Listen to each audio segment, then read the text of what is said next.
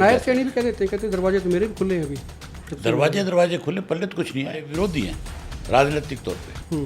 उन्होंने खुल करके ये बात मीडिया के सामने कही है कि भाई राज जो था वो चौधरी ओम प्रकाश चौटाला का था। फिर ऐसी कौन सी वजह रही है, कौन सी ताकतें रही हैं जिन्होंने रास्ता रोक दिया, राज नहीं आ रहा है, 20 साल से वक्त हो गया। उसके साथ इस तरह से बदतमीजी करता है, हमारी पार्टी का कार्यकर्ता उसको घर से खींच के निकाल करके उसकी सजा, इसी कार्यकर्ता की बेइज्जती बर्दाश्त नहीं कर सकते। अगर हमारा कार्यकर्ता गलत है हम उसके साथ भी नहीं खड़े होंगे, लेकिन कोई अगर हमारे नेता को, हमारे कार्यकर्ता को अपमानित करे, ये भी गवारा नहीं है। हमारी गाड़ी जब जाती है जिस पे INLD का फ्लैग लगा हुआ है या जिस गाड़ी के पीछे ग्रीन पट्टी लगी हुई है, उसको सम्मान मिलता है। पार्टी का कोई पदाधिकारी जो है अगर उसकी गाड़ी पे झंडा नहीं है, उसको गाड़ी पे झंडा लगाने में कोई शर्म महसूस होती है, तो फिर वो पार्टी के लिए कुछ नहीं कर सकता। जब भी सेशन आता था विधानसभा का, भाई अभय सिंह क्या बोलेंगे, क्या कहेंगे, कई लोग कांपते भी थे कि भाई वो पता नहीं क्या कह देंगे, थोड़ा सा संयम में रहें। नहीं, मैं कोई गाली थोड़ी देता ना, मैं जो सही बात थी, हाँ, मैं जो पक्ष रखता था वो बिल्कुल सही रखता था। किसी की पोल खोलता लेकिन था, उनको ये था कि बाउंसर मार सकते हैं ये कोई ना कोई। अगर मैं किसी की पोल भी खोलता था तो लोग ना कहते हैं अभय सिंह थोड़े गर्म मिजाज हैं, थोड़ा डांट भी सकते हैं। अर्जुन के बारे में कहा जाता है बड़े सॉफ्ट स्पोकन है, थोड़ा सा उसका। देखो, ये नई चीज नहीं है। लोग मेरे खिलाफ कांग्रेसी जो है एक प्रचार करते थे, जो हमारे थे वो इस काम में लग गए थे कि भाई किसी तरह से इनको बदनाम करके तुम अपनी जगह बनाओ। जेजेपी की तरफ इशारा आप समझते हो। कभी कभी तो आ जाता है अभय सिंह जी गुस्सा थोड़ा सा ना, कभी कभी लगता है, मतलब बाद में लगता है कि वो थोड़ा सा। आप मुझे बताओ, आप मुझे कितनी बार मिले हो? नहीं, मिला हूँ मैं, लेकिन नहीं, बहुत ज़्यादा बार नहीं, लेकिन मिला हूँ। मिले हो ना। आपने कब देखा मुझे गुस्से में? आपके वीडियो आपने मेरे कितने इंटरव्यू देखे होंगे? मुझे आपने किस दिन किसी को गाली देते हुए देखा? नहीं, गाली देते हैं आप, गुस्सा करते हैं। मैं एग्जांपल देता हूँ, छोटा सा एग्जांपल हो सकता है, उसको आप डिफाइन करेंगे। सिरसा चुनाव, अभी जो विधानसभा चुनाव से पहले कोई रिपोर्टर दिल्ली से आया, वो न्यूज़ लॉन्ड्री का बसंत कुमार था, उसने एक सवाल कर लिया कि भाई अभय सिंह जी, हमें लोग कह रहे हैं कि भाई बीजेपी के लिए मिल के लड़ रहे हैं। नहीं, ये सवाल आपको गुस्सा है, आप कहाँ से हैं? आपने कहा, उन्होंने कहा दिल्ली से। कहता हाँ, मैंने कहा। अच्छा, लोग ना ये कह देते हैं, कहते भाई सरकार रही ना रहे या इस वक्त सरकार में हो ना हो, लेकिन अभय सिंह का फ़ोन जब खड़कता है ना तो अधिकारी खड़े होकर बात करते हैं। मान के चलो कि मेरा रिश्ता ऐसा है कि मैं किसी भी साथी को, अधिकारी को टेलीफोन करूंगा, वो मुझे रिस्पेक्ट देगा, मैं रिस्पेक्ट देता हूँ। तो कोई किसी को इज्जत देगा तो इज्जत मिलेगी। तो ये इज्जत प्लस डर दोनों चीजें हैं या इज्जत है? नहीं, ये तय था कि हुड्डा मुख्यमंत्री बनेगा, कांग्रेस का राज आएगा। अच्छा, ये तय आप भी मानते हैं? हाँ, मैं मानता हूँ इस बात को, क्योंकि मैं भी पूरे हरियाणा में गया हूँ। एक आम लोगों की भावना थी। अब जो रेस हो रही है, विपक्ष में हो रही है, 3 पार्टियां हैं, कांग्रेस आप हैं, जेजेपी भी है। जेजेपी कहाँ है ये बताओ? इनेलो की रैली में कुर्सियां नहीं लगती, ये नहीं आप स्पेशल कहते हो। तमाम पार्टियां कुर्सियां लगाती है, INLD नहीं लगाई। आज तक कुर्सी पे जलसा नहीं किया। इस बार भी बिना कुर्सी के रहेगा? बिल्कुल। और ऐसा जलसा करेंगे कि पैर रखने को, वो कहते हैं ना, तिल फेंकने को जगह नहीं। ऐसी कितने लोग हैं, पूर्व मंत्री, पूर्व विधायक जो हैं आपके संपर्क में? रैंडम में किसी का नाम नहीं पूछ रहा हूँ, क्योंकि मेरे सारे दोस्त हैं, याद आ गया। फिर आपने कहा था कि भाई वो, आपने तो कहा कि भाई मैं जो है अगर CM मुझे एक दिन का बना दें तो मैं जो है गुंडे बदमाशों को बाहर भेज दूंगा। वो भतीजे ने कह दिया। देखिए, है इस देश के अंदर जो डमी है, खट्टर का चाहता है, RSS का चाहता है, मुख्यमंत्री उसका कुछ नहीं बिगाड़ सकता। मुख्यमंत्री ने मेरे सामने साफ भी कह दिया कि और सारी बात मान लेंगे, VC नहीं बदल सकते। मैंने फ़ोन पर रख दिया। मैं बोले, हम कहा जिस आदमी के बस का चीफ मिनिस्टर की कुर्सी पे बैठ के फैसला लेने का ही नहीं है, उससे बात करने का क्या फ़ायदा है? DC और SP दोनों इसके पास, VC के पास गए। उन्होंने जा करके उनसे कहा कि आप लिख करके दो कि मैं लंबी छुट्टी पे जा रहा हूँ। उसने कहा तुम अपना काम करो। डिस्ट्रिक्ट प्रधान बनाने के लिए राहुल गांधी को इंटरफेरेंस करना पड़ा, और ये बहुत दावे के साथ कह के गया था भी 30 तारीख तक गई, 30 तारीख संगठन बना देंगे। आज 5 हो गई। तो जो आज भी संगठन नहीं बना सके, फिर उस राहुल गांधी की स्थिति क्या होगी, क्या पोजीशन होगी? सबको पता है कि इन बाबू बेटा ने सत्यानाश कर दिया। अब कहीं कन्फ्यूजन नहीं है, खत्म है। तो जो अपने वाले भी सड़क के चले गए थे, हाँ, सरकार के चक्कर में, आपने काफ़ी लग रहा सरकार आएगी, तो वो लौट के आ रहे हैं धीरे धीरे करके वापस। मैं तो आज भी चौधरी संपत सिंह को मान सम्मान देता हूँ। बातचीत हो रही है, आ रहे हैं 25 सितंबर हो गया, नहीं, अगर मैं इनवाइट करूंगा तो जरूर आएंगे। करोगे? हाँ, देखता हूँ अभी मीनू बेनीवाल का कोई रोल रहा इलाहाबाद में?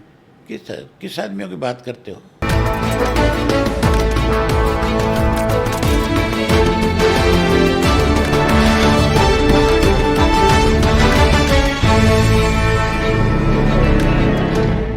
नमस्कार, एक पद पोस्ट में आपका बहुत बहुत स्वागत है। मैं हूं सर्वेश कुकरा। हमारे साथ खास मेहमान हैं आईएनएलडी के सुप्रीमो अभय सिंह चौटाला। अक्सर लोग ना सवाल किया करते हैं परिवार के, लेकिन मैं नहीं करूंगा कम से कम, क्योंकि वो चीज़ें उसमें है नहीं। मुझे खुशी है इस बात की, हाँ, कि कम से कम कोई राजनीतिक बातें करेंगे।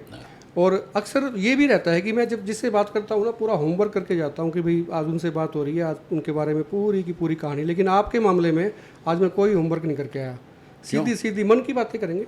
चलो। हाँ जी। ओम प्रकाश चौटाला जी रुखसत कर गए जी। उसके बाद जिम्मेदारियां, मुझे लगता है, आपको भी शायद लगता है, अपने सीनियर हैं जी, बढ़ जाती हैं।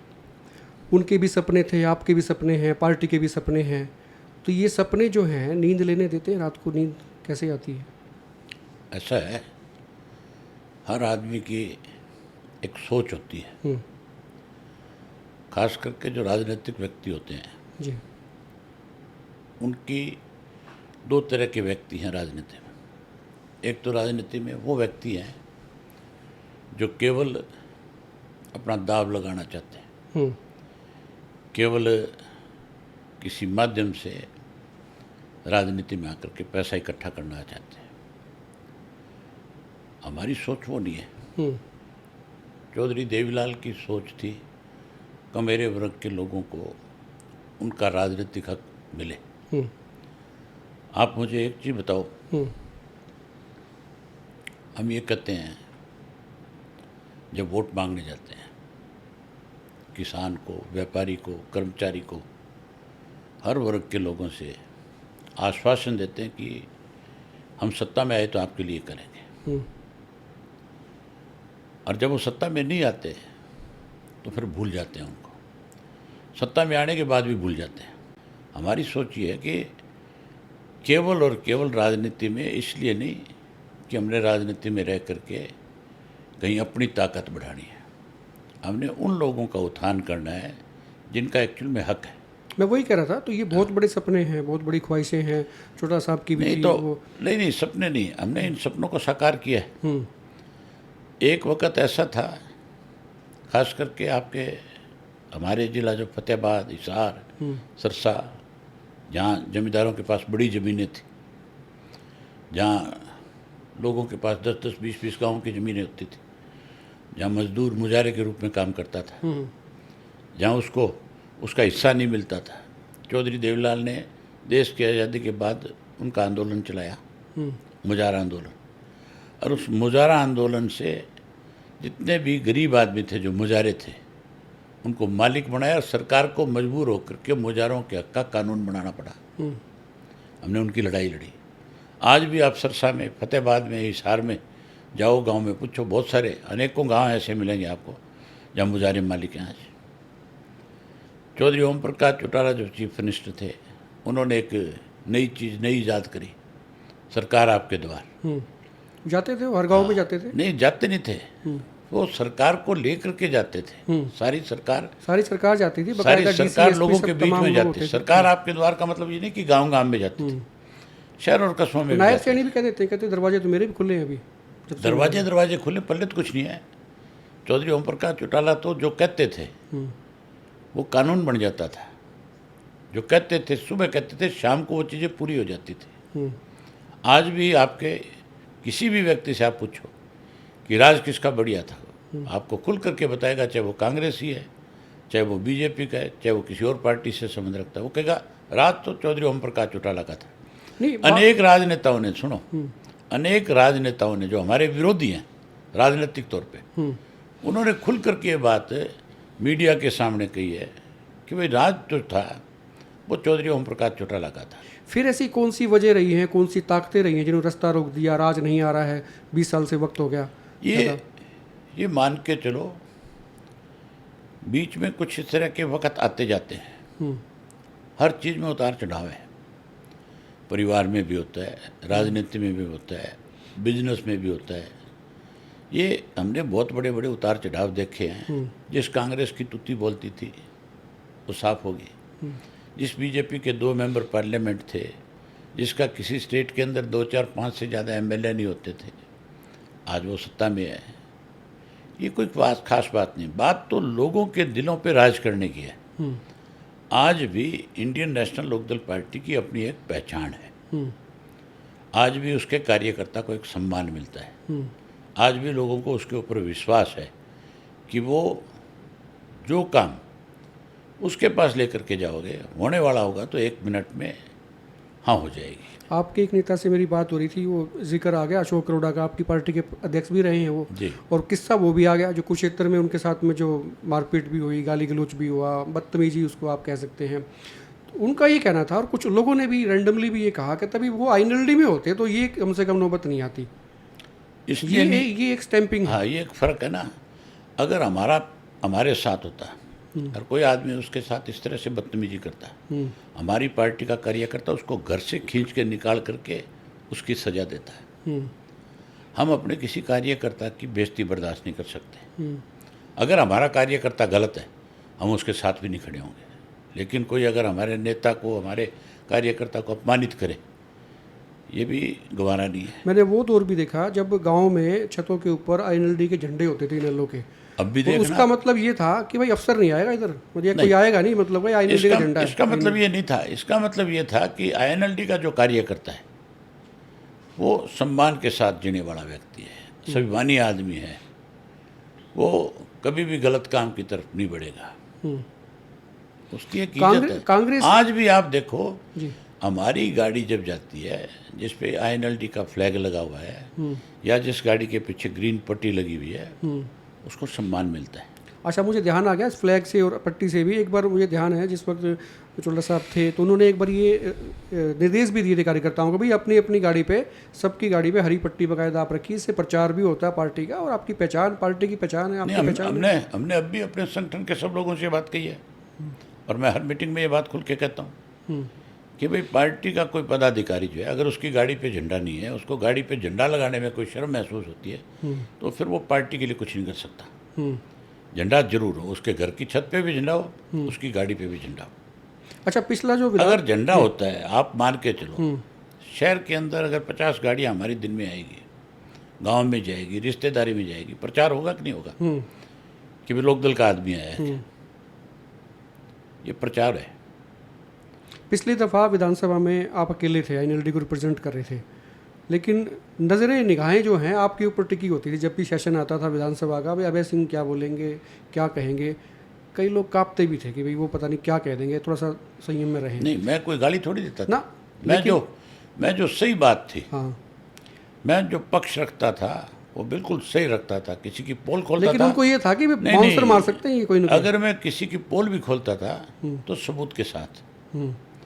मैं फजूल की बात नहीं करता था।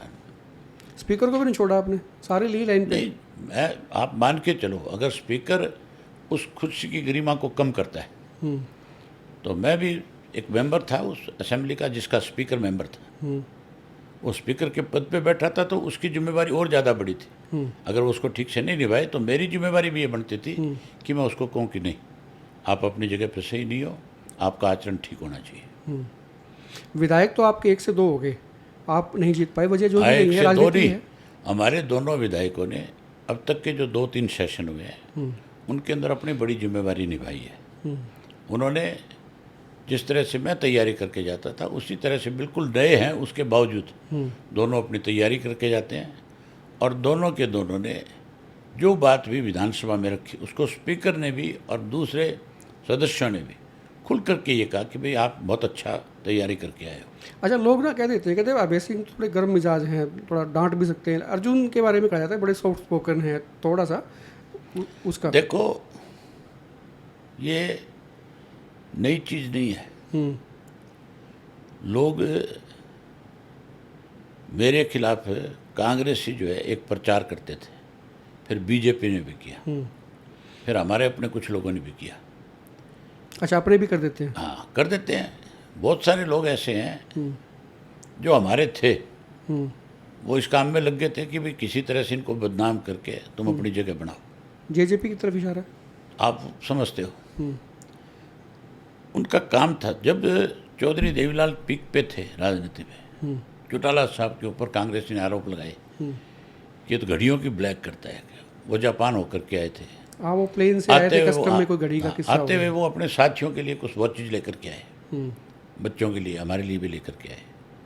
अब अच्छा, ले भी एचएमटी के आए थे वो? नहीं, लेके आए, और जब लेके आए घड़ियाँ तो हवाई अड्डे के ऊपर उनकी जब कस्टम वाले ने जब चेकिंग करी, सबकी चेकिंग हो रही थी, तो घड़ियाँ थी तो मतलब उस चीज़ को कैसे कहा गया, कोई भी व्यक्ति बाहर से कोई भी सामान लेकर के आता है, कस्टम क्लियर करता है, तो कस्टम उसके ऊपर ड्यूटी लगा सकता है। मतलब अगर किसी ने, आपने डिक्लेयर नहीं करी कोई चीज़ आपकी, वो ड्यूटी लग जाएगी उस पर, तो ड्यूटी लग जाएगी। हाँ। वो ड्यूटी लगाने की बजाय उसका प्रचार कर दिया। अच्छा, ड्यूटी लगी नहीं थी? नहीं, कोई ड्यूटी नहीं लगी। ड्यूटी नहीं लगी तो वो गिल्टी भी नहीं थे, फॉल्ट भी नहीं, कुछ भी नहीं था। अच्छा, गिल्ट अगर मान लो किसी पे ड्यूटी लग भी गई तो गिल्टी किस चीज़ की? गिल्टी भी नहीं है। आप पैसे भर के आ रहे हो, आप कौन सा कुछ चोरी करके लेकर के आ रहे हो। तो एक प्रचार किया, चौधरी देवीलाल को कैसे रोका जाए, इसके लिए चौटाला साहब को टारगेट कर दिया। चौटाला साहब पॉलिटिक्स में पीक पे आ रहे थे, उनको कैसे रोका जाए, तो उसके लिए उन्होंने मुझे टारगेट करना शुरू कर दिया, कांग्रेस वालों ने, फिर बीजेपी ने भी। और फिर जब मैं अब आगे बढ़ने लगा, जब लोगों को समझ में आ गई सारी बातें, तो फिर वो किसी और को टारगेट कर लेंगे कल को। तो ये सब चीज़ें तो राजनीति में भी कभी कभी तो आ जाता है वैसे जी गुस्सा, थोड़ा सा ना कभी कभी लगता है, मतलब बाद में लगता है कि वो थोड़ा आप मुझे बताओ, आप मुझे कितनी बार मिले हो? नहीं, मिला हूँ मैं, लेकिन बहुत ज़्यादा बार नहीं, लेकिन मिला हूँ। मिले हो ना? आपने कब देखा मुझे गुस्से में? आपके वीडियो आपने मेरे कितने इंटरव्यू देखे होंगे? मुझे आपने किस दिन किसी को गाली देते हुए देखा? नहीं, गाली नहीं देते हैं, आप गुस्सा करते हैं। मैं एग्जांपल देता हूँ, छोटा सा एग्जांपल है, हो सकता है उसको आप डिफाइन करेंगे। सिरसा चुनाव, अभी जो विधानसभा चुनाव से पहले कोई रिपोर्टर दिल्ली से आया, वो न्यूज़ लॉन्ड्री का बसंत कुमार था, उसने एक सवाल कर लिया कि भाई अभय सिंह जी, हमें लोग कह रहे हैं कि भाई बीजेपी के लिए मिल के लड़ रहे हैं। नहीं, ये सवाल, आपको गुस्सा है, आप कहाँ से हैं? आपने कहा, उन्होंने कहा दिल्ली से। कहता हाँ, मैंने कहा ये सवाल उसका नहीं था। ओके, ये सवाल कांग्रेस का था। कांग्रेस वालों ने 5-6 लोग ऐसे छोड़ रखे थे जो सारा दिन इस प्रचार में लगे हुए थे कि मैं बीजेपी का। अच्छा, वो लिख के आते थे उन पर्चियाँ? हाँ, बाकायदा। और मुझे इस बात का जब पता लगा तो मैंने उससे पूछा, भी तू दिल्ली से चल कर के आया, सरसा के किसी पत्रकार को जानता है? कहता नहीं जानता हूँ। तो मेरे पास क्यों आया भाई, किसी और के पास क्यों नहीं गया? वो मुझे मिला था वो पत्रकार। नहीं, मैंने उससे पूछा भी तू किसी और के पास क्यों नहीं गया? तो कहने लगा कि जी मैं आपका इंटरव्यू करना चाहता हूँ। इंटरव्यू करना चाहते हो, आप मेरे से टाइम मांगो, आप मेरे से टेलीफोन पे बात करो, मेरे स्टाफ से पूछो, अगर वो आपको समय दे तो आप आकर के क्वेश्चन कर सकते हो। ये बात तो सही है। मैंने उनसे ये भी कहा, सुनो कि मैं लोगों को एड्रेस कर रहा हूँ और आप आकर के बीच में मुझे क्वेश्चन कर रहे हो, ये आपको किसने अधिकार दे दिया? कोई मेरे इंटरव्यू करेगा, आज आप मेरा इंटरव्यू कर रहे हो, आपने मेरे से पहले परमिशन ली कि नहीं ली? बिल्कुल लेनी भी चाहिए। ली ना? आपके पास समय है, नहीं है कि नहीं है, होना चाहिए। चलते इलेक्शन में अगर कोई आकर के इस तरह की बात करता है, इसका मतलब आप तो किसी के कहने से आए हो। तब मैंने उसको कहा था, मैं बोला तेरे जैसे पत्रकार बहुत है, जा मुझे यहाँ से। अच्छा, लोग ना ये कह देते हैं, कहते भाई सरकार रही ना रहे या इस वक्त सरकार में हो ना हो, लेकिन अभय सिंह का फ़ोन जब खड़कता है ना तो अधिकारी खड़े होकर बात करते हैं। मान के चलो कि मेरा रिश्ता ऐसा है कि मैं किसी भी साथी को, अधिकारी को टेलीफोन करूंगा, वो मुझे रिस्पेक्ट देगा, मैं रिस्पेक्ट देता हूँ। तो कोई किसी को इज्जत देगा तो इज्जत मिलेगी। तो ये इज्जत प्लस डर दोनों चीज़ें हैं या इज्जत नहीं, है? इज्जत है, रिस्पेक्ट है। वो मुझे बता रही थी, सुनैना चौटाला, उनसे बात हो रही थी हमारी, कहते जी जेजेपी के वर्कर्स के भी काम कराए हमने, ऐसा नहीं है कि INLD के हुए, कोई आ गया हमारे पास तो मेरे पास बीजेपी के भी लोग आते हैं काम के लिए, मेरे पास कांग्रेस के लोग भी आते हैं, जिनका होने वाला काम होता है मैं कर देता हूँ। अच्छा, विधानसभा चुनाव मेरे पास आप जैसे पत्रकार साथी बहुत आते हैं कि मुझे ये चाहिए, मेरा मकान चाहिए, मुझे ये चाहिए। अच्छा, मकान बांटते हैं? मकान जैसे सरकारी मकान मिलते हैं कि नहीं मिलते हैं? ओके। तो अगर कोई आ जाता है चल करके तो मैं उसकी सिफारिश कर देता हूँ कि दो भाई, इसको नीडी है, ज़रूरत है इसको। विधानसभा चुनाव से पहले अभय सिंह जी ये प्रचार हो गया कि भाई कांग्रेस आ रही है, कांग्रेस की भी नहीं आ रही, भूपेंद्र सिंह हुड्डा मुख्यमंत्री बन रहे हैं, और जो हमें लगता है कि लोग जो हैं मूव कर गए उधर, जैसे एक वेव सी बन जाती है और उधर चले गए, ये चीज़ें आपके नोटिस ये में तय थी? था कि हुड्डा मुख्यमंत्री बनेगा, ये तय था? कांग्रेस का राज आएगा, अच्छा, ये तय आप था। भी मानते हैं? हाँ, मैं मानता हूँ इस बात को, क्योंकि मैं भी पूरे हरियाणा में गया हूँ। एक आम लोगों की भावना थी, मुझे भी लोगों ने खुल करके कहा कि हमें बीजेपी को एक बार बदलना है। बदलना चाहते थे, हाँ। इसलिए अल्टरनेट के तौर पे कांग्रेस को कांग्रेस चूज कर, भूपेंद्र सिंह हुड्डा पर्टिकुलर। बिल्कुल, ये बात लोकसभा के चुनाव में भी लोगों ने कही और विधानसभा में भी। लेकिन हुड्डा तो खुद ही नहीं चाहता था कि कांग्रेस की सरकार बने। अब मुझे एक बताओ, जब सबको ये पता था कि सिटिंग कांग्रेस के 30 एमएलए को अगर टिकट दे दी गई तो उनमें से 16 हारेंगे, ये सीटिंग गेटिंग का फार्मूला हाँ। पहले कर दिया उन्होंने। तो मेरा जो सर्वे था, जो मेरे लिए जो जिस टीम ने सर्वे किया उसने भी ये कहा कि 16 हार रहे हैं। कांग्रेस जीत रही है, लेकिन अगर सिटिंग एमएलए को टिकट देती तो हार जाएंगे। इसी तरीके से कांग्रेस के खुद के जो सर्वर थे उन्होंने भी ये रिपोर्ट करी।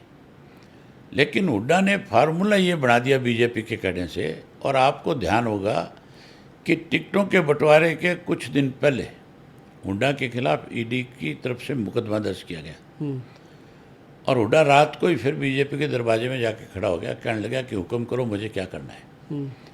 उन्होंने जब उसको ये कहा कि भाई तू सबसे पहला काम कर कि सिटिंग को सबको टिकट मिलनी चाहिए।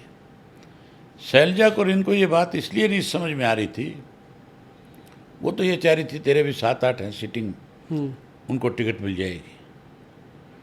और हुड्डा हावी था, उसमें कोई दो राय नहीं थी। उसकी वजह से उसने ये फैसला कराया और उस फैसले का सीधा सीधा नुकसान कांग्रेस को, 16 सीट आ रही कांग्रेस।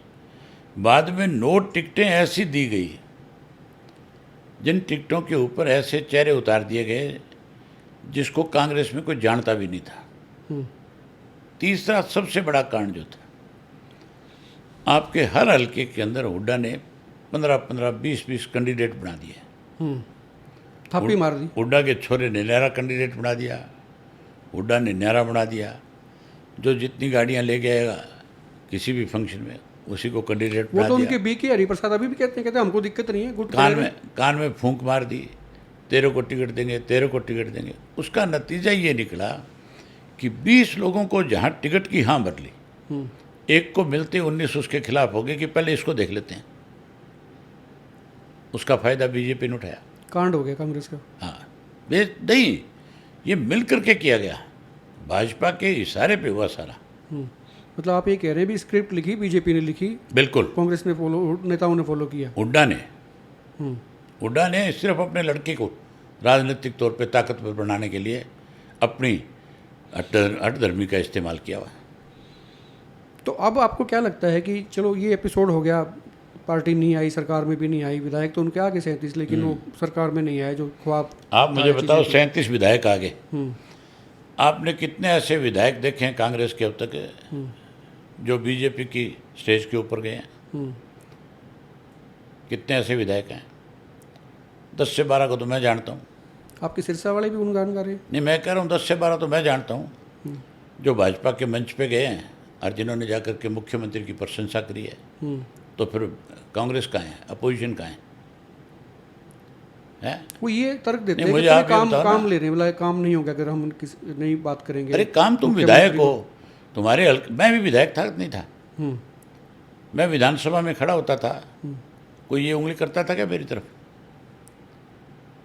काम तो आपके हल्के का काम अगर सही काम है तो किस अधिकारी की हिम्मत है वो नहीं करेगा? तो आपको क्या लगता है कि किस मंत्री और एमएलए की हिम्मत है नहीं करेगा?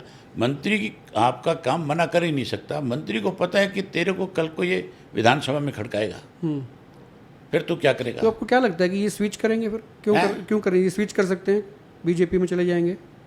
अरे गए मंच पे खड़े होकर के जब उसका गुणगान करते हो आप चीफ मिनिस्टर का, सरकार का, तो फिर आप चुनाव में जब गए थे तो फिर बीजेपी के खिलाफ वोट क्यों मांग रहे थे? तो ये कहते जी काम लेना, मुख्यमंत्री काम ठीक कर रहे हैं, इसलिए मैंने कह दी। अच्छा, तो तुम लोगों का बेवकूफ़ बना रहे हो। जिन लोगों को बीच में तुम जा करके बीजेपी की कमियां और खामियां ढूंढ करके वोट मांग रहे थे, तो फिर तुम उस बीजेपी के लिए साथ ही चले जाओ। ये अगर अच्छे काम कर रहे हैं, मुख्यमंत्री अगर अच्छा कर रहा है, तो फिर तुम कांग्रेस में किस लिए हो? बीजेपी में जाओ। फिर तुमने लोगों के साथ क्यों गद्दारी करी, लोगों के साथ क्यों धोखा किया, क्यों लोगों के बीच में जाके कहा कि बीजेपी गलत है। फिर तुम ये कहते बीजेपी के लोग अच्छे हैं, भाई दो बीजेपी को वोट। अच्छा, भूपेंद्र सिंह हुड्डा की सियासत को अब आगे कैसे देखते हैं आप? ये तो लोग फैसला करते हैं, और अब हरियाणा के लोगों ने एक मन बना लिया कि कांग्रेस को एन तसल्ली कराएंगे। तो उसमें तो टाइम है फिर तसल्ली में तो हो जाएगा टाइम वक्त निकलते देर थोड़ा ही लगता है। ये बात तो सही है, लोकसभा को 1 साल हो चुका। हाँ, तभी तो वक्त निकलते देर नहीं लगता। आईएनएलडी कैसे संगठन की बात कर लेते हैं, हालांकि आपने संगठन में विस्तार भी किया, जैसे ही गवर्नमेंट जो बीजेपी की आई तो उसके बाद में आपने इनिशिएटिव लिया पानी के समय था, मैं आपको बताऊं, उदाहरण था देश में, जब चौटाला साहब पार्टी के पहली बार अध्यक्ष बने प्रदेश में लोक दल के, उन्होंने संगठन बनाया था जो बूथ के सत्र पे था। एक नारा था हमारा, 1 बूथ 10 यूथ, और वो संगठन खड़ा किया। उसी संगठन के बलबूते पे हमने अपने राज बनाए। अब हमारे संगठन में बिखराव आया, अब हम नए सिरे से संगठन बना रहे हैं। हम चौधरी ओम प्रकाश चौटाले के सपने को साकार करेंगे। 1 बूथ 10 यूथ वाला जो है, उस पर हमने ये कर दिया कि जहाँ यूथ को प्रोत्साहन देंगे, वहाँ उसके साथ साथ हर सेल को, हर वर्ग को 1-1, 2-2 आदमी बूथ के ऊपर जरूर पार्टी के मजबूत आधार बनाने का काम करेंगे, और हम अपने संगठन के बलबूते पे फिर सत्ता में आए। अब जो रेस हो रही है विपक्ष में हो रही है, 3 पार्टियां हैं, कांग्रेस आप हैं, जेजेपी भी है। जेजेपी कहाँ है ये बताओ, मुझे बताओ कितने % वोट है? अब तो नहीं है, चलो विधायक भी नहीं, मैं पूछ रहा हूं। परसेंटेज भी कम आप है। पार्टी कैसे, इस तरह फिर पार्टी गोपाल कांडा की भी है, पार्टी बलराज कुंडू की भी है, फिर क्या पार्टी आप बना लो। तो रेस में नहीं मानते आप जेजेपी को? नहीं, आप कैसे कह सकते हो? आधार बताओ ना आप मुझे। जिस पार्टी के पास 10 MLA थे जो कहते थे 17% वोट हमारा है, आज उनका माइनस में आ गए, तो फिर राजनीतिक दल कहाँ रह गया? किसको कहते हो आप? ये सोचने की बात है भी, जो लोग हाशिए पे आ गए आप उनको रेस में गिनते हो। ये नई बात सुनने को मिली है। तो उनको ये मानते हैं आपकी भी वो रेस से बाहर है, कहीं नहीं है, गिनती नहीं है? अरे मैं नहीं मानता, कौन आदमी मानता है कि वो राजनीतिक दल है? अभी तो चुनाव आयोग ही मान रहा है, बताओ किसी और की तो क्या बात करें। चुनाव आयोग तो अभी मान ही रहा है कि राजनीतिक दल है। कहाँ मान रहा है? तो चुनाव आयोग ने कब इनकार किया कि नहीं है? नहीं, चुनाव आयोग ने कब कहा है कि ये राजनीतिक दल है? तो उनका सिंबल एफिलिएशन नहीं है? कहाँ है? चाबी गई। कमाल है, आप ले लो। ये कहाँ लिखा है? संगठन की बात हो रही थी, अभी 25 सितंबर को आपकी बड़ी रैली भी होगी, और जाहिर सी बात है कि उसमें आपको एडवांस में निमंत्रण है, बिल्कुल आना जरूर है। जरूर आएंगे। आना और देखना हाँ जी, कि राजनीतिक दल क्या होता है। अच्छा, आप अक्सर कहा भी करते हो, मैंने आपको पहले भी बातचीत हुई है, तो कहते भाई इनेलो की रैली में कुर्सियाँ नहीं लगती, ये आप स्पेशल कहते हो। तमाम पार्टियां कुर्सियां लगाती है, आईएनएलडी नहीं लगाती। आज तक कुर्सी पे जलसा नहीं किया, इस बार भी बिना कुर्सी के रहेगा। बिल्कुल। और ऐसा जलसा करेंगे कि पैर रखने को, वो कहते हैं ना, तिल फेंकने को जगह नहीं होगी। कहाँ पे करेंगे? अभी तय करेंगे। अच्छा, दूसरी बात ये थी कि क्योंकि ये जो कांग्रेस का आपने बताया कि भाई थापे भी मार रखी थी, टिकटें कम को मिली, मुखालफत होगी, खिलाफत होगी, तमाम चीज़ें हार भी गए, और जो इनको नई तवज्जो मिली वो भी जगह तलाश रहे हैं। आपकी भी बातचीत होती रहती हैं, लोग हमें बताते हैं दाएं बाएं से कि भाई अब ऐसी चीज़ें हमारी बातचीत है। तो ऐसी कितने के लोग हैं, पूर्व मंत्री, पूर्व विधायक जो हैं आपके संपर्क में? रैंडम में किसी का नाम नहीं पूछ रहा हूँ, क्योंकि मेरे सारे दोस्त हैं, सब मित्र हैं मेरे। मेरी किसी से कोई लड़ाई नहीं, मेरी व्यक्तिगत लड़ाई नहीं है, मेरी विचारधारा की लड़ाई है सिर्फ। वो दोस्त से फिर वो याद आ गया, फिर वो आपने वो कहा था कि भाई वो आपने तो कहा कि भाई मैं जो है अगर सीएम मुझे एक दिन का बना दें तो मैं जो है गुंडे बदमाशों को बाहर भेज दूंगा। वो भतीजे ने कह दिया, कहता उनके दोस्त हैं। मैं गुंडे बदमाशों को नहीं, मैं उनको संरक्षण देने वालों को भी बाहर भेज दूंगा। वो भी हरियाणा में नहीं रह पाएंगे। तो ये कौन है संरक्षण देने वाले? राजनीतिक लोग हैं जो आज सत्ता में बैठे हैं, वो हैं। और कौन है? तो उसका फार्मूला कैसे है, कैसे कैसे करें, कैसे? अरे formula, Chaudhary Om Prakash Chautala chief minister थे, तब इस हरियाणा के अंदर मुझे आप ये बताओ कि कौन सा अधिकारी ऐसा था जो अपनी मनमर्जी करता था? था कोई? नहीं, अधिकारी कांपते थे। हैं? इसमें कोई शक नहीं है। अधिकारी रात काम को इंतजार तो नहीं करते थे कि भी नहीं नहीं सीएम नहीं साहब का फोन आ आप सकता है। आप उसको ये कहना भी, ये भाषा भी गलत है कि कांपते थे। चौधरी ओम प्रकाश चौटाला को काम लेना आता था। चौधरी ओम प्रकाश चौटाला अपने अधिकारियों की बहुत इज्जत करते थे, उनको काम सौंपते थे, खुद मॉनिटरिंग करते थे एक एक चीज़ की। ये नहीं था कि वो सिर्फ अपने डिपार्टमेंट तक सीमित थे। अच्छा, उनकी खूबी और थी, मैंने नोटिस किया, वो कोई दिन ऐसा नहीं होता था जिस दिन अपने डीसी और एसपी से बात नहीं करते थे। बात नहीं करते थे। यहाँ तो ऐसे चीफ मिनिस्टर रहे हैं जो साल साल तक डीसी और एसपी के साथ बात तक भी नहीं करते। तो फिर कैसे प्रशासन चलेगा? मुझे ध्यान है जब वो किसी सभा में होते थे या मीटिंग लेते थे या वो जो दरबार लगाते थे उसको आज आप मुझे ये वर्कर को नाम बताओ, से बुलाते थे। आज आप मुझे ये बताओ, पुलिस जो है उसकी दहशत होनी चाहिए कि नहीं होनी चाहिए? बिल्कुल होनी चाहिए। होनी चाहिए ना। दहशत खत्म हो जाएगी, क्राइम बढ़ जाएगा, आज पुलिस की दहशत है, अपराध बढ़ रहे हैं। आज अब गुड़गांव के अंदर कल की घटना है, मैं आज ही अखबार में पढ़ रहा था सुबह, एक जज के साथ पीएसओ लगा हुआ था, एक थानेदार एएसआई। वहाँ कोई भीड़ ज़्यादा होगी, वो अपनी गाड़ी से उतर कर उस भीड़ को किसी तरीके से हटाना चाहता था, रास्ता खुलवाना चाहता था। आगे कोई 4 बदमाश बैठे हुए थे गाड़ी के अंदर, उन्होंने उसको कहा होगा भी गाड़ी हटा लो। वो आगे से उसके सामने बोल पड़े, उसने उनको समझाने की कोशिश करी होगी, वो नीचे उतरे, उस थानेदार के 4 थप्पड़ लगाए, उसका सर्विस रिवाल्वर निकाला और छीन के लेकर के चले गए। तो फिर दहशत कहाँ रहेगी?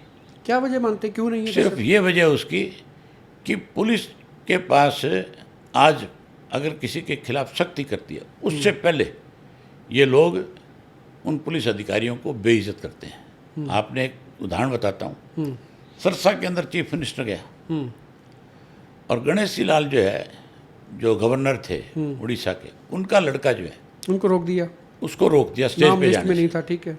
नाम लिस्ट के टेबल पे जाने के लिए, लिस्ट में नहीं है स्टेज पे जाने के लिए, तो पुलिस रोकेगी। उनका काम है, सिक्योरिटी है, चीफ मिनिस्टर की अपनी सिक्योरिटी होती है, उसको Z+ सिक्योरिटी मिली होती है, ये पुलिस की जिम्मेदारी है। उसको रोक दिया, उसको रोकने का उस डीएसपी को खामियाजा भुगतना पड़ा। उसको शरेआम, मतलब किस तरह से उस जलालत थी वो, उनसे जिस तरह माफी किस तरह मंगाई से गई उस थी आदमी उनसे, को वो उन्होंने नहीं जलील होना किया। चाहिए। पुलिस को भी शर्मसार हाँ। होना पड़ा उसमें। मतलब पुलिस को नहीं, अगर वो किसी ने वीडियो देखी है पुलिस के किसी अधिकारी ने, तो उसने फैसला ही कर लिया होगा कि हम इनके कहने से कुछ नहीं करेंगे, जो हो रहा होने दो, देखी जाएगी। ये जो बदमाशियाँ बढ़ रही हैं, इसकी अंदर की वजह तक आप गए हो तो क्या वजह? ये इनकी कमियों की वजह से है। इन्होंने नशे को कारोबार करने वाले लोगों को गले लगा लिया, इन्होंने फिरौती मांगने वालों को गले लगा लिया, इन्होंने किडनैपरों को गले लगा लिया।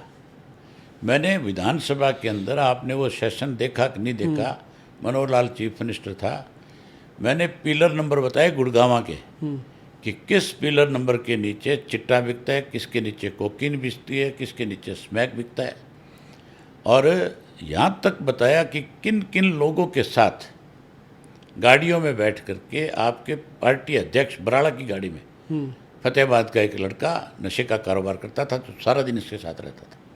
मैंने वो फोटोएं दिखाई विधानसभा में, कोई कार्रवाई नहीं हुई। तो फिर आप ये बताओ कि जब अगर उनके नशा बेचने वाले, मेरी गाड़ी में कोई नशा बेचने वाला बैठेगा और मेरी सरकार होगी, तो फिर इसका मतलब मेरी सहमति है कि नहीं है? मुख्यमंत्री साहब का फोटो आया एक, उन्होंने कार्टून टाइप में बना रखा था, AI से जनरेट था, वो बैठे हैं कुर्सी पे, पीछे पुलिस खड़ी है, आगे बदमाश बैठे हैं, कहते बदमाश नहीं रहने दूंगा। फोटो से काम चलेगा। आप ये देखो, इससे बड़ी शर्म की बात और क्या हो सकती है? मुख्यमंत्री के होम डिस्ट्रिक्ट के अंदर आज तक भी शराब के ठेकों की ऑक्शन नहीं हो पाई। अच्छा, ये इस बार पहली बार हो रहा है, ये टेरर जो है, अभी ठेका नहीं लेने देंगे किसी को? नहीं लेने देंगे, तो इसका मतलब फिर सरकार है ही नहीं ना, खत्म होगी सरकार। तो फिर काहे के मुख्यमंत्री हैं? फिर किस चीज़ की सरकार है? फिर तो सरकार वो चला रहे हैं बदमाश हैं जो, फिर कहाँ सरकार रहेगी? पहले लोग कह देते थे, कई बार पॉलिटिकल पार्टीज भी ये कहती थी, कहते भी सरकार तो दिल्ली से चल रही है, तो वो चीज़ें हैं अभी दुरुस्त हो गई है? सरकार, मैं कहता हूँ, मैंने 2 चीफ मिनिस्टर देखे हैं इस देश के अंदर जो डमी है। कौन कौन? भगवंत मान, जिसको केजरीवाल चलाता है, भगवंत मान की कोई नहीं सुनता, टोटल की टोटल केजरीवाल के हाथ में कमान है। और दूसरा हमारा मुख्यमंत्री सैनी साहब जी, जिसके पल्ले कुछ नहीं है, कुछ नहीं कर सकता। तो मान साहब ने जो है ना जी, दो बादल साहब जो है ना उनको मैं आपको एक ताज़ा उदाहरण बताता हूँ। हाँ जी। मैं आपके यहाँ HIV में आया था, बच्चे जब स्ट्राइक पे थे, मैं उन बच्चों को आश्वस्त करके गया था कि मैं चीफ मिनिस्टर से बात करूंगा तुम्हारे इशू पे। और मैंने चीफ मिनिस्टर से टेलीफोन पे बात करी। मैंने चीफ मिनिस्टर को कहा कि आपने कमेटी बना दी और कमेटी ने ये बात मान ली थी कि हम वाइस चांसलर को छुट्टी भेज देंगे, तो तुम उसको छुट्टी भेज दो। बच्चों की सारी डिमांड तुमने मान ली, फिर तुम अपनी बात से बदले क्यों? कहने लगे, बोला जी और तो सब कुछ कर सकते हैं, VC को छुट्टी नहीं भेज सकते। क्या वजह? मैं बता देता हूँ वजह। वो मनोहर लाल खट्टर का चाहता है, RSS का चाहता है। मुख्यमंत्री उसका कुछ नहीं बिगाड़ सकता था। मुख्यमंत्री ने मेरे सामने साफ ही कह दिया कि और सारी बात मान लेंगे, VC नहीं बदल सकते। मैंने फ़ोन पर रख दिया। मैं बोले, हम कहा जिस आदमी के बस का चीफ मिनिस्टर की कुर्सी पे बैठ के और फैसला लेने का ही नहीं है, उससे बात करने का क्या फ़ायदा है? क्या VC नहीं बदलेंगे? अरे भाई, तुम बच्चों के भविष्य के साथ खिलवाड़ करोगे, तुम्हें शर्म आनी चाहिए। तुम्हारा वाइस चांसलर लट लेकर के बच्चों को पीटता है और तुम उसके खिलाफ एक्शन नहीं लेते, फिर कहे का प्रजातंत्र है? तो मतलब VC तो बदले नहीं जाएंगे, उस पर कोई कार्रवाई नहीं दिल्ली से नहीं बदला जाएगा। तो इसका मतलब सरकार के पल्ले कुछ है ही नहीं। कमेटी क्यों बढ़ाई? और क्यों कमेटी ने ये कहा कि हम VC को छुट्टी भेज देंगे? 3 मिनिस्टर थे उस कमेटी में, 1 MLA था। क्या रहेगी उन चारों की? आज वो अगर आपके सामने आकर के बैठ के बात करें और आप उनसे पूछो कि आप उस कमेटी में थे और आपका फैसला क्यों नहीं माना गया? पहले आपसे भेज दिया गया और फिर आपने जो फैसला कर दिया तो लागू क्यों नहीं हुआ? वो तो विधायक ने कह दिया, कहता हमने तो कभी कहा ही नहीं छुट्टी पे कहा भेज क्यों नहीं?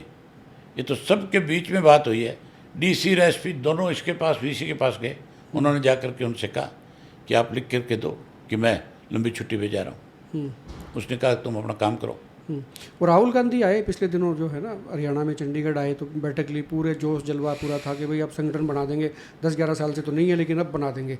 BK हरिप्रसाद ने तुरंत बाहर निकल के कह दिया, कहते जी गुटबाजी तो कोई खास बात नहीं, हमारी पार्टी में चलती रहती है, इस पर हम किसी को दखल भी नहीं दे रहे हैं, कोई करे किसी से एफिलेट हो नहीं हो। सवाल ये था कि भाई संगठन को लेके आप क्या सोचते हैं, कांग्रेस में संगठन बनेगा, कांग्रेस चलेगी? आप ये देखो, एक प्रदेश का संगठन बनाने के लिए, डिस्ट्रिक्ट प्रधान बनाने के लिए राहुल गांधी को इंटरफेरेंस करना पड़ा। और ये बहुत दावे के साथ कह के गया था भी 30 तारीख तक गई 30 तारीख संगठन बना देंगे। आज 5 होगी। तो जो आज भी संगठन नहीं बना सके, फिर उस राहुल गांधी की स्थिति क्या होगी, क्या पोजीशन होगी? ये हरियाणा के लोग हैं, 1 मिनट में आदमी का आकलन कर देते हैं। अच्छा, एक चीज़ का लोगों को समझ में नहीं आ रहा, जब लोगों से बात होती है, कांग्रेस जब बात करती है या भूपेंद्र सिंह हुड्डा कहते हैं तो वो कह देंगे कि भाई अभय सिंह जी जो हैं BJP से मिले हुए हैं। आपके लोग कह देंगे भाई कांग्रेस जो है वो BJP से मिली हुई है, फलां उससे मिला हुआ है। जनता बड़ी कन्फ्यूज है कौन किससे मिला हुआ है। कोई कन्फ्यूज नहीं है, एन क्लियर है जनता। सबको पता है कि इन बाबू बेटा ने सत्यानाश कर दिया।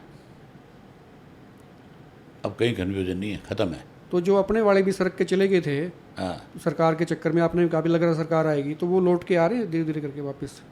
हमारे बहुत सारे साथी ऐसे थे जो उस वक्त किसी गलतफहमी का शिकार हुए, वापस आएंगे सारे। संपत सिंह आपकी सरकार जब होती थी, चौटाला साहब CM थे उस वक्त, नंबर 2 के आदमी थे, जो लोग कहते थे भाई नंबर 2 के आदमी है, उनको बहुत मान सम्मान, मंत्री का दर्जा जो है ऊपर वाला दर्जा था। मैं तो आज भी जो संपत सिंह को मान सम्मान देता हूँ। तो बातचीत हो रही है, आ रहे हैं 25 सितंबर हो गया? नहीं, अगर मैं इनवाइट करूँगा तो ज़रूर आएंगे। करोगे? हाँ, देखता हूँ, अभी हमारी पार्टी का फैसला होगा किस किस को इनवाइट करना है। और कौन कौन से ऐसे हैं जिनको खास तौर पे उस रैली में आएंगे? अभी तो 25 तारीख दूर है, अभी तो हमने तय नहीं किया अभी कहाँ मीटिंग करेंगे। उसके बाद लिस्ट तो बननी शुरू होगी जो नहीं, अभी जो कुछ पूरी नहीं जो है। जिनको शामिल कराएंगे जिसमें। अभी सिर्फ हमारा ध्यान जो है संगठन पे है। हम 30 जुलाई तक संगठन के काम मामले में काम करेंगे। अच्छा, आपने जैसे सरकार बनी, पानी का मुद्दा आया, पंजाब ने पानी बंद किया, आपने आवाज़ उठाई तुरंत सबसे पहले। उसके बाद बिजली के मामले आए तो आपने कहा कि नहीं जनता के मुद्दे हैं, हम जनता के साथ में खड़े हैं, चीज़ें होंगी। आपको लोग फॉलो भी कर रहे हैं, आप करते हैं तो दूसरे लोग भी फिर पीछे पीछे आते हैं। इस बार जो है, आप ये मानते हो ना, हाँ, कि सिर्फ अगर कोई लोगों की आवाज़ उठाता है तो इंडियन नेशनल लोकदल नहीं आपने उठाई, मैं तो कह ही रहा है हूँ ना। मैं कह रहा हूँ आपको। हाँ, तो आप ये देखो फिर कहाँ विपक्ष कौन है आज? हम ही हैं विपक्ष हो। नहीं मुद्दे के हिसाब से तो आप हैं, नहीं अब तो- वो सीटों के हिसाब से तो कांग्रेस है। बात तो मुद्दों की होती है भाई। वहाँ सिरों की गिनती थोड़ी करनी है, लड़ाई मुद्दों की है। सरकार के गलत फैसलों के खिलाफ अगर कोई खड़ा होता है तो केवल इंडियन नेशनल लोकदल पार्टी है। एलनाबाद से किसी को लग नहीं रहा था कि आप चुनाव हार जाएंगे, तो ये क्या ऐसी क्या स्थितियाँ परिस्थितियाँ बीजेपी और होगी? कांग्रेस मिल गई। पहले जब मेरा बाई इलेक्शन था तब भी मिलके लड़े थे। वो बाई इलेक्शन से मुझे याद आ गया, अब इलेक्शन था, गोपाल कांडा से हाथ मिलाया लोगों ने, बड़ा उसको अपोज किया, तो इस बात का मलाल है कि भी गलत हो गया, गलती हाँ होगी। बिल्कुल, मैं मानता हूँ इस बात को। मैं कब का है, मैंने हर कोई अगर मेरे से कहीं गलती हुई है तो मैं 1 मिनट में उसको स्वीकार करता हूँ। मैं लोगों की तरह उस पर मिट्टी नहीं डालता। अच्छा, अब तक लोगों को पता भी नहीं था कि अभय सिंह गलती स्वीकार कर लेते हैं, मतलब आप मानते हैं कि भी हाँ होती है, तो मैं मानता हूँ। बिल्कुल, मैंने ये बात आज से पहले प्रेस कॉन्फ्रेंस में कही कि मैंने ये गलत फैसला था मेरा, उसकी वजह से नुकसान हुआ। मीनू बेनीवाल का कोई रोल रहा इलाहाबाद में? किस आदमियों की बात करते हो? कप धोने वाले, भांडे बर्तन उठाने वाले, तुम उनको नेता मानते हो? वो तो दोस्त बताते हैं खुद को, कहते हुए नहीं, मैं आपके भाई साहब के दोस्त हैं। वो तो ये कहते हैं मैं मोदी का भी दोस्त हूँ। उसकी बैकग्राउंड पता कर लो। महिला विंग भी आपकी सुनैना चौटाला देख रही हैं, काफ़ी घूम रही हैं। हर पार्टी दावा करती है, मतलब ये उस सियासत से अलग सा संगठन को लेकर सवाल है कि भाई महिलाओं को तवज्जो देंगे। बीजेपी भी कहती है, कांग्रेस भी कहती है, असल में होता नहीं, धरातल पे नहीं होता।